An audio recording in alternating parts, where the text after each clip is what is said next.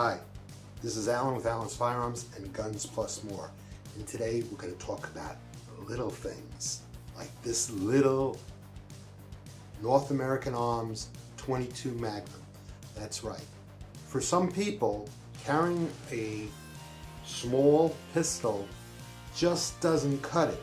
They just need the extra hideability and concealability that this little cherry will give you. Now, people are saying, hey, that's just going to hurt someone. No. In a self-defense situation, you don't want to be shot at, and you don't care, or you're going to stand around figuring out from the report of the gun what they're shooting. You're going to turn at your ass and run, or you're going to fall down and bleed, or you may run away and bleed, but you're not going to stand around and go toe-to-toe with someone who's shooting at you. In this case, this is a 22 Magnum, and this little 22 Magnum, shooting the Hornady VMAX rounds, will put a hole in something the size of a quarter. That's right. Very devastating little round. Shoot it at paper, it's just going to make a regular little hole. But shoot this at a phone book, you'll have a nice little hole in the front, and it will blow the whole back of the phone book out. Shoot it at a piece of fruit, and it will peel it for you. It is a little devastating little devil. But I want to tell you a little more about it. This one is 22 Magnum, like I said. It also comes in long rifle, and it also comes in 22 short, which is even a smaller version. They used to make belt buckles for the 22 short version. They still may make them. I haven't seen them around in a while because it's still not considered concealed if someone sees the belt buckle. But it's a pretty cool concept. The idea of this gun, though, is that you have some choices with the type of ammunition. It's even sold with interchangeable cylinders, so you can have both 22 long rifle or 22 Magnum shooting out of this. If you buy one, just like if you bought this Magnum or you bought the long rifle and then wanted the other cylinder, you are going to have to send it in to North American Arms so they can time this cylinder to the particular firearm. That's with all firearms. You never take a convertible firearm and put a different cylinder in it without knowing that the timing is proper. Okay, it also comes with a grip that folds over on itself. So it works as a holster that has a little clip on it. You can clip it to your waistband or inside your pocket. That pops out and it's ready to be used. I don't like too many gadgets when I'm needing to draw a firearm in self-defense, but for some people that works, and that's great if it works for you. You can also change these this has wooden grips on it, but you can change them to either fancier wooden grips. The company has a whole host of different grips on it. Bigger wooden grips, Packmar type rubber grips, lots of different things. Also different barrel lengths. This is the 1 5/8. You can get the 1 1/8, which is, if I cover that up, it's about that long. And there's some little interesting things about how you carry this safely, which I'll go over at the workbench. We're going to go to the workbench, and I'm just going to show you how this gun operates, how to load it, unload it, and handle it. But we're not going to really do a cleaning. It's a revolver, and it's real obvious. So, without any further ado, let's get to the workbench. So here we are at the workbench with the little North American Arms 22 Magnum. And this is how it comes. It comes two ways. It comes either in a black plastic case with a little paper sleeve over it with their logo, or it comes like this in a box, and inside the box is a metal case, which is kind of nice to have. It's a nice metal storage case that you can use to lock the gun up when you're not at home and the kids are. Inside the box, you'll find your 22 Magnum. Very nice. And underneath here is your keys. And this is the firearm. Now, let me go over a few things with you. Like I said, now that we have it up close, you can see the nice wooden grip on it. That is interchangeable. The company itself, North American Arms, makes like 15 of these grips. Some of them are fancy, some of them are utilitarian. They make a rubber grip for it, they make a bigger wood grip for it, they make a folding grip for it that folds up over the trigger to protect it so it can't accidentally be pulled. You pull it out of your pocket and the grip just flings open, locks open, and you have yourself a full-size plastic grip. I'm not a lover of that, only because if I had to get this out, I want to get it out and be able to use it. I'd be afraid of that grip getting caught on something, but that's all an operational thing. You feel comfortable with it. I'm not saying you don't do it. I'm just saying that's the issue I personally would have with it. You have to know your limitations. I know mine. Okay, it is a single action firearm, which means you have to cock it manually in order to shoot it each time. So when you want to shoot around, you pull back the hammer and then you can pull the trigger and release it. The trigger is very small but easily pulled.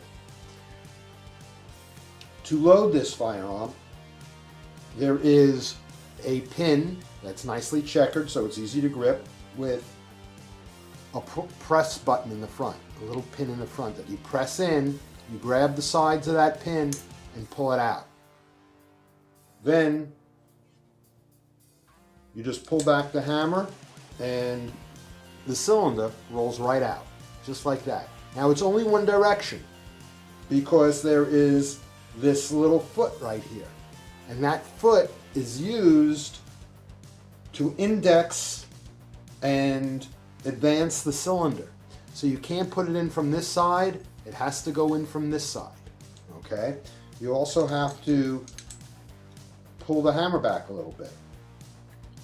Okay, so loading this firearm. You're going to put 5 rounds in it. Some people will opt for 4 and leave the empty cylinder as their safety. But this does have a built-in safety.